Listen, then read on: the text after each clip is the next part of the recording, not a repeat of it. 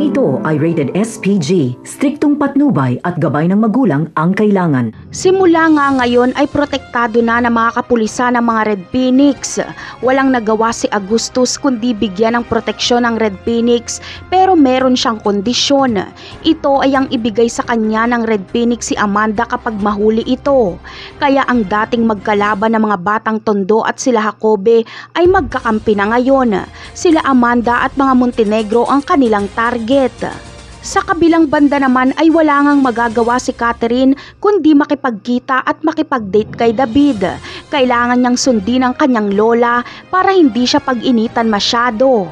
At sa mga susunod na araw ay magkakaroon ng salo-salo ang pamilya Montenegro at Caballero at pag-uusapan nila ang kasal. Tila mamamanhi ka ng mga Montenegro. Siguradong sigurado na si David na makukuha niya na si Catherine.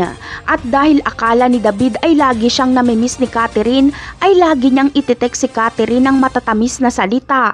Hindi magre-reply si Catherine kaya tatawagan siya ni David. Mas lalo lang naiinis si Catherine sa kakulitan ni David.